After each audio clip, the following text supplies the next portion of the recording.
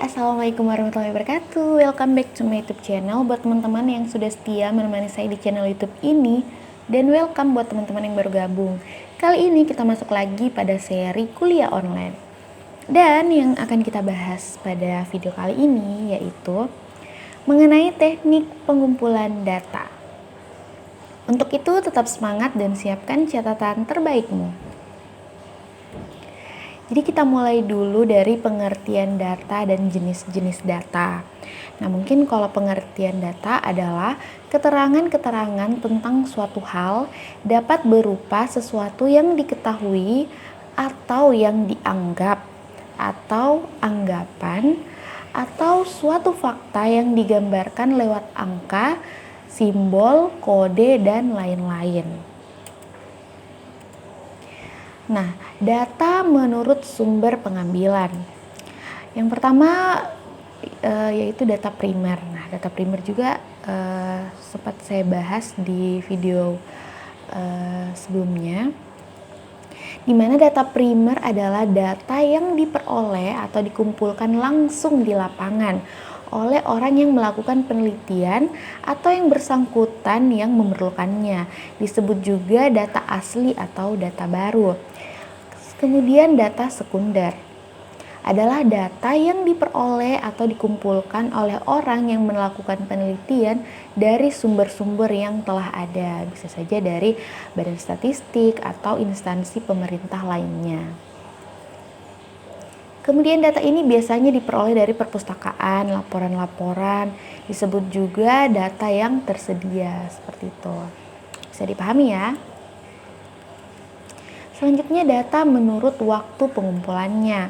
Yang pertama data berskala atau berkala ya, itu time series adalah data yang terkumpul dari waktu ke waktu untuk menggambarkan perkembangan suatu kegiatan atau keadaan. Yang kedua, kertas lintang atau score cross section, di mana adalah data tersebut adalah data yang terkumpul pada suatu waktu tertentu untuk memberikan gambaran perkembangan suatu kegiatan atau keadaan pada waktu itu. Kemudian data menurut sifatnya. Yang pertama data kualitatif adalah data yang berbentuk bukan bilangan melainkan berbentuk kata-kata atau narasi. Kemudian yang kedua adalah data kuantitatif, adalah data yang berbentuk bilangan. Kemudian data menurut tingkat pengukurannya.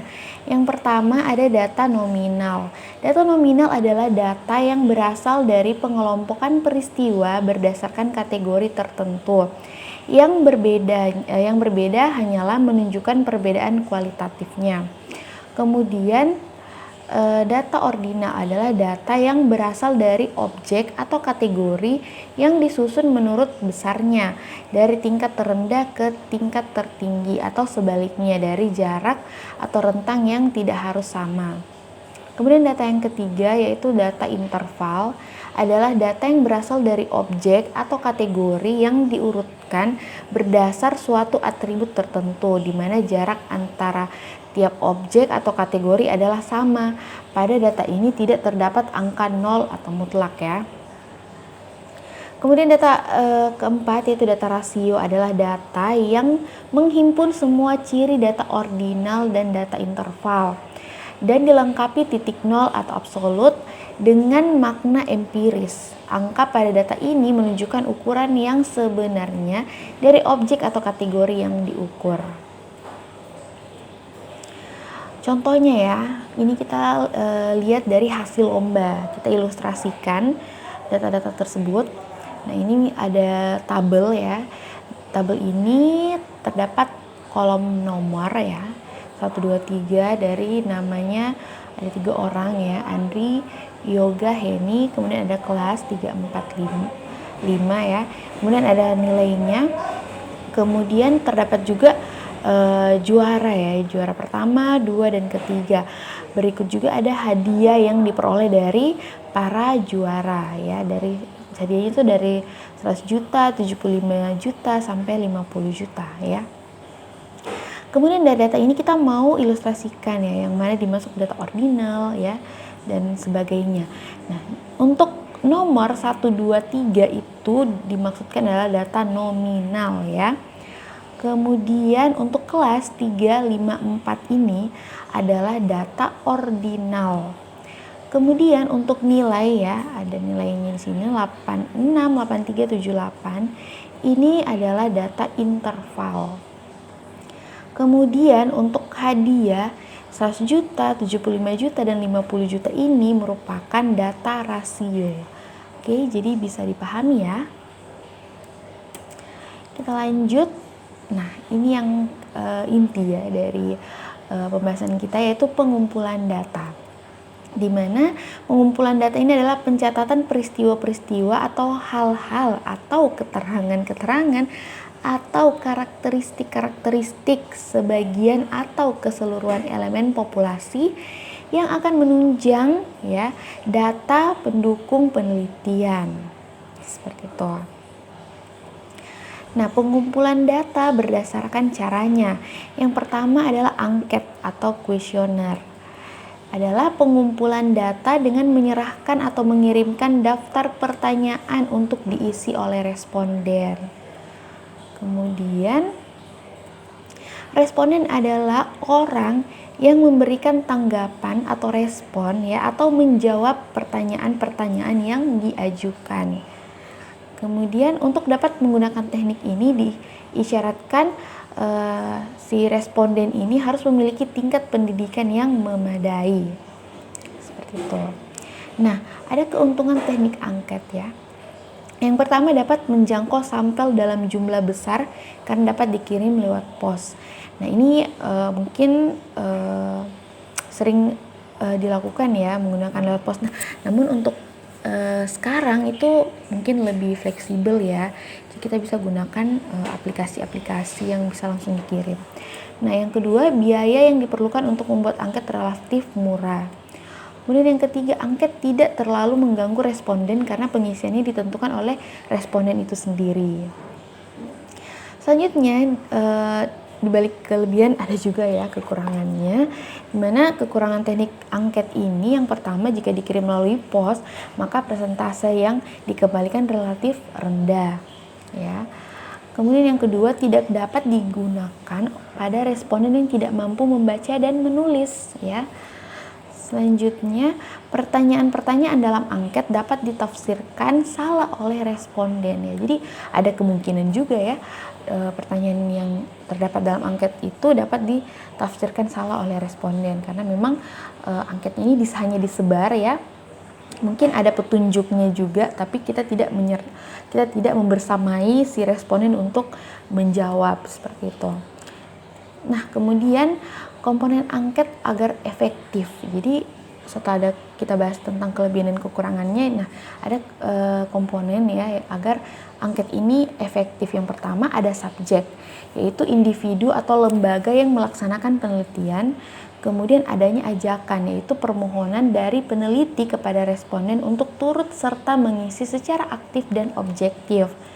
Kemudian ada petunjuk pengisian angket ya, yang mudah dimengerti dan tidak bias. Kemudian ada pertanyaan atau pernyataan beserta tempat mengisi jawaban baik secara tertutup, semi tertutup maupun terbuka. Seperti itu. Kemudian pertanyaan dalam angket ini dapat berbentuk pertanyaan terbuka atau tertutup ataupun kombinasi antara pertanyaan terbuka maupun pertanyaan tertutup. Nah, hal yang perlu diperhatikan dalam pembuatan pertanyaan atau pernyataan, dimana yang pertama, pertanyaan atau pernyataan yang dibuat harus jelas dan tidak meragukan. Kemudian hindari pertanyaan atau pernyataan ganda. Nah, jadi di sini mengapa tadi disebutkan di awal bahwa responden sebaiknya memiliki kualifikasi pendidikan yang memadai ya, sehingga responden mampu untuk menjawab seperti itu. Selanjutnya, pertanyaan atau pernyataan harus relevan. Pertanyaan atau pernyataan sebaiknya pendek. Hindari pertanyaan atau pernyataan yang bias atau sugestif, seperti itu. Selanjutnya, berdasarkan bentuk pertanyaan atau pernyataan ada 3 jenis ya, yaitu yang pertama angket terbuka. adalah angket yang pertanyaan atau pernyataannya memberikan kebebasan kepada responden untuk memberikan jawaban dan pendapatnya sesuai dengan keinginan mereka. Kemudian angket tertutup merupakan angket yang pertanyaan atau pernyataannya tidak memberikan kebebasan kepada responden untuk memberikan jawaban dan pendapatnya sesuai dengan keinginan mereka. Dan yang terakhir adalah angket semi terbuka, di mana angket yang di dalamnya pernyataan atau pernyataannya itu memberikan kebebasan kepada responden untuk memberikan jawaban dan pendapat menurut pilihan-pilihan jawaban yang telah disediakan sesuai dengan keinginan mereka. Seperti itu. Nah, yang kedua ya, teknik pengumpulan data yang kedua adalah wawancara. Nah, wawancara di sini adalah teknik pengumpulan data dengan mengajukan pertanyaan langsung oleh pewawancara kepada responden dan jawaban-jawaban dari responden dicatat atau direkam. Nah, kelebihan dari teknik wawancara yang pertama, wawancara dapat digunakan pada responden yang tidak bisa membaca dan menulis. Jadi ini salah satu kelebihan dari teknik wawancara ya. Nah, sebaliknya tadi kalau kuesioner dia tidak dapat digunakan kepada responden yang tidak bisa membaca dan menulis. Nah, yang kedua kelebihannya adalah jika ada pertanyaan yang belum dipahami, pewawancara dapat segera menjelaskan. Oke, karena memang pewawancara dan si responden ini ada bersamaan ya, jadi mereka saling berinteraksi, jadi bisa langsung dijelaskan seperti itu untuk hal-hal yang tidak dipahami oleh si responden. Kemudian pewawancara dapat segera mengecek kebenaran jawaban responden dengan mengajukan pertanyaan pembanding atau dengan melihat wajah atau gerak-gerik responden. Jadi bisa lebih detail ya. Jadi kita bisa melihat ekspresi wajahnya dan gerak-gerik si responden pada saat menjawab pertanyaan. Selanjutnya terdapat juga loh kekurangan dari teknik wawancara. Yang pertama, wawancara memerlukan biaya yang sangat besar untuk perjalanan dan uang harian pengumpul data. Jadi memang kalau memerlukan perjalanan ya untuk menemui si responden ya mungkin mengeluarkan biaya yang lumayan seperti itu. Ataukah memerlukan beberapa hari ya untuk proses wawancara dengan responden itu. Kemudian wawancara hanya dapat menjangkau jumlah responden yang kecil. Kenapa? Karena kalau jumlahnya besar dan si pewawancara mendatangi masing-masing responden ya, jadi agak kesulitan seperti itu. Jadi wawancara hanya menjangkau jumlah responden yang kecil. Kemudian kehadiran pewawancara mungkin mengganggu responden ya. Mungkin beberapa responden memiliki karakteristik yang berbeda. Jadi ketika face to face ya atau berhadapan langsung mungkin ada segelintir responden yang mungkin agak canggung atau grogi ya. Bisa jadi. Kemudian teknik wawancara. Jadi ada beberapa teknik. Yang pertama wawancara berstruktur ya atau terstruktur. Merupakan teknik wawancara di mana pewawancara menggunakan atau mempersiapkan daftar pertanyaan atau daftar isian sebagai pedoman saat melakukan wawancara. Jadi sudah ada pedoman yang dipegang oleh pewawancara ya, itu untuk mewawancarai si responden. Sedangkan wawancara yang tidak terstruktur atau berstruktur ini merupakan teknik wawancara di mana pewawancara ini tidak menggunakan daftar pertanyaan, jadi tidak poin per poin ya, atau daftar isian sebagai penuntun selama dalam proses saat melakukan wawancara. Kemudian hal-hal yang perlu diperhatikan dalam wawancara, yang pertama penampilan fisik termasuk pakaian yang dapat memberikan kesan apakah pewawancara dapat dipercaya atau tidak. Kemudian sikap dan tingkah laku dari si pewawancara ya, identitas pewawancara harus diperkenalkan ya, jadi memperkenalkan diri terlebih dahulu dan kaulah perlu menunjukkan tanda pengenal atau surat tugas. Kemudian kesiapan materi dalam arti pewawancara memahami dan menguasai apa yang akan ditanyakan dan siap memberikan jawaban apabila diperlukan. Kemudian kontrol jalannya wawancara bila perlu pihak responden dituntut seperlunya agar ia tidak mengalami banyak kesulitan dalam menjawab atau mengemukakan pendapatnya. Selanjutnya teknik pengumpulan data yaitu observasi ya. Di mana observasi adalah pemilihan, pengubahan atau pencatatan dan pengkodean serangkaian perilaku dan suasana yang berkenaan dengan organisme in situ ya, atau sesuai dengan tujuan empiris. Dimana pemilihan yaitu menunjukkan pengamat mengedit dan memfokuskan pengamatan secara sengaja atau tidak. Kemudian pengubahan menunjukkan bahwa observasi boleh mengubah perilaku atau tanpa mengganggu kewajarannya. Kemudian pencatatan menunjukkan upaya merekam kejadian-kejadian dengan menggunakan catatan lapangan atau sistem kategori dan metode-metode lainnya. Kemudian untuk pengkodean menunjukkan proses penyederhanaan catatan itu melalui metode reduksi data. Kemudian rangkaian perilaku dan suasana menunjukkan bahwa observasi melakukan serangkaian pengukuran yang berlainan pada berbagai perilaku dan suasana. Nah, in situ maksudnya menunjukkan bahwa pengamatan terjadi atau pengamatan kejadian ini terjadi melalui situasi alamiah walaupun tidak berarti tanpa menggunakan manipulasi eksperimental. Kemudian tujuan empiris menunjukkan bahwa observasi memiliki bermacam-macam fungsi dalam penelitian deskriptif atau melahirkan teori atau hipotesis ataupun menguji teori atau hipotesis. Kemudian ada kelebihan teknik observasi, di mana data yang diperoleh adalah data aktual atau segar dalam arti bahwa data diperoleh dari responden pada saat terjadinya tingkah laku. Kemudian keabsahan alat ukur dapat diketahui secara langsung. Tingkah laku yang diharapkan muncul mungkin akan muncul ataupun mungkin juga tidak muncul begitu, karena tingkah laku dapat dilihat dan diamati. Maka kita segera dapat mengatakan bahwa yang diukur memang sesuatu yang dimaksud kan itu untuk diukur. Jadi kita langsung mengamati gitu ya. Jadi apakah tingkah laku yang diharapkan itu muncul atau tidak gitu. Kemudian kekurangan teknik observasi. Untuk memperoleh data yang diharapkan, maka pengamat harus menunggu dan mengamati sampai tingkah laku yang diharapkan itu muncul ya atau terjadi. Nah, beberapa tingkah laku seperti misalnya kita bahas ke tingkah laku kriminal atau yang bersifat pribadi itu sukar atau tidak mungkin diamati, bahkan mungkin dapat membahayakan si pengamat jika diamati.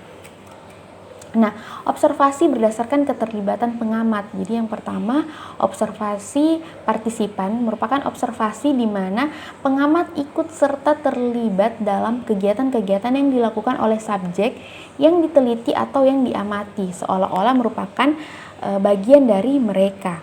Kemudian observasi tak partisipan ya, di mana observasi yang pengamat ini berada di luar subjek yang diteliti dan tidak ikut dalam kegiatan-kegiatan yang mereka lakukan. Kemudian observasi berdasarkan cara pengamatan ya. Jadi ada observasi berstruktur di mana observasi ini pengamat dalam melaksanakan observasinya menggunakan pedoman pengamatan. Jadi ada lembar pedomannya ya. Kemudian observasi tak berstruktur di mana observasi ini pengamat dalam melaksanakan observasinya melakukan pengamatan secara bebas. Selanjutnya teknik pengumpulan data yang keempat yaitu studi dokumentasi ya, di mana teknik ini atau pengumpulan data ini yang tidak langsung ditunjukkan pada subjek penelitian namun melakukan atau melalui sistem dokumentasi ya, di mana dokumentasi yang digunakan dapat berupa buku harian, surat pribadi, laporan, notulen rapat, catatan khusus dalam pekerjaan sosial, dan dokumen lainnya. Kemudian pilihan alternatif untuk subjek penelitian tertentu yang sukar atau tidak mungkin dijangkau, maka studi dokumentasi dapat memberikan jalan untuk melakukan penelitian atau pengumpulan data. Tidak reaktif karena studi dokumentasi tidak dilakukan secara langsung dengan orang, maka data yang diperlukan tidak berpengaruh ya oleh kehadiran peneliti atau pengumpul data. Kemudian untuk penelitian yang menggunakan data yang menjangkau jauh ke masa lalu, studi dokumentasi memberikan cara yang terbaik. Kemudian besar sampel dengan dokumen-dokumen yang tersedia. Teknik ini memungkinkan untuk mengambil sampel yang lebih besar dengan biaya yang relatif kecil. Nah, kekurangan dari studi dokumentasi ini adalah jadi yang pertama bias ya, biasanya data disajikan tidak ada ataupun disembunyikan. Kemudian yang kedua adalah tersedia secara selektif ya. Jadi tidak semua dokumen dipelihara untuk dibaca ulang oleh orang lain. Kemudian yang ketiga, itu tidak komplit ya. Data yang terdapat dalam dokumen biasanya tidak lengkap. Kemudian format tidak baku, di mana format yang ada pada dokumen biasanya berbeda dengan format yang terdapat pada penelitian, disebabkan tujuan penulisan dokumen berbeda dengan tujuan penelitian. Kemudian yang kelima adalah teknik analisis isi, di mana studi tentang arti verbal. Analisis ini digunakan untuk memperoleh keterangan dari isi yang disampaikan dalam bentuk lambang. Kemudian analisis ini dapat digunakan untuk menganalisis semua bentuk seperti surat kabar, buku, puisi, lagu, cerita rakyat, lukisan, pidato, peraturan, perundangan, musik, atau teater. Kemudian pengumpulan data berdasarkan banyaknya data yang diambil. Yang pertama itu adalah sensus ya. Di mana sensus ini cara pengumpulan data dengan mengambil elemen atau anggota populasi secara keseluruhan untuk diselidiki, atau pengumpulan data melalui populasi. Data yang diperoleh dari hasil sensus ini disebut dengan parameter atau data yang sebenarnya. Kemudian yang kedua adalah sampling, yaitu cara pengumpulan data dengan mengambil sebagian elemen anggota populasi untuk diselidiki, atau pengumpulan data melalui sampel. Data yang diperoleh dari sampling ini disebut data perakiraan atau estimate value. Nah, untuk berbagai teknik sampling itu ada beberapa cara ya atau teknik. Nanti kita akan bahas lebih lengkap di video berikutnya. Nah, untuk video kali ini sekian dulu. Sampai jumpa di video berikutnya. Tetap semangat dan siapkan catatan terbaikmu. Assalamualaikum warahmatullahi wabarakatuh.